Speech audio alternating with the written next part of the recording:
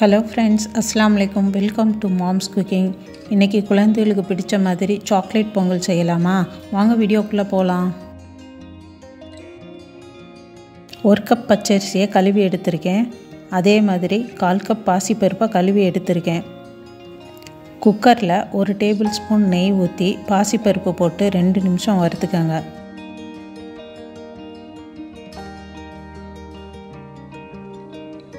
அதோட அரிசியை போட்டு 1 நிமிஷம் வதக்கி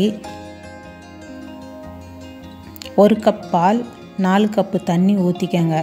உங்களுக்கு வேணும்னா 2 கப்பு பால் 3 கப் தண்ணி ஊற்றிக்கலாம்.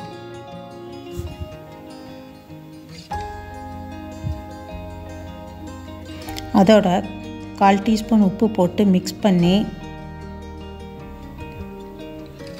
குக்கரை மூடி 4 விசில் வச்சுக்கோங்க. அதுக்குள்ளே வெள்ளைப்பாகு ரெடி பண்ணிக்கலாம். பேனில் 2 கப் வெல்லம் 1/2 கப் தண்ணி ஊற்றி வெல்லம் கரையிற வரைக்கும் கொதிக்க விடுங்க. உங்களுக்கு இனிப்பு குறைவாக போதுன்னா 1/2 கப் வெல்லம் எடுத்துக்கோங்க. இப்போ வெல்லம் கரைஞ்சிருச்சு. இதை வடிகட்டி தனியாக எடுத்து வச்சுக்கோங்க.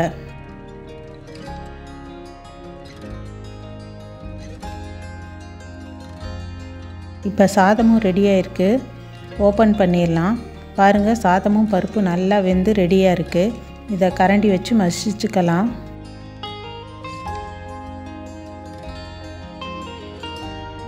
இதை மறுபடியும் ஸ்டவ்வில் வச்சு 2 டேபிள் ஸ்பூன் கொக்கோ பவுடர் போட்டு லைட்டாக மிக்ஸ் பண்ணிவிட்டு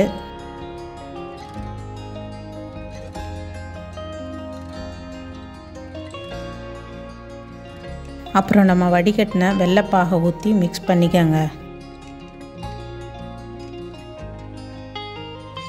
இது கூடவே மெல்ட் பண்ண 1/4 கப்பு சாக்லேட்டை ஊற்றி மிக்ஸ் பண்ணிக்கிறேன். பொங்கல் கெட்டியாக இருந்தால் 1/4 கப் தண்ணியை சுட வச்சு ஊற்றிக்கங்க.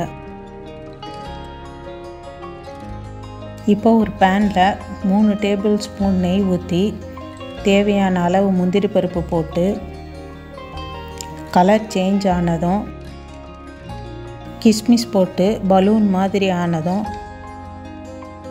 பொங்கலில் ஊற்றி மிக்ஸ் பண்ணிக்கங்க.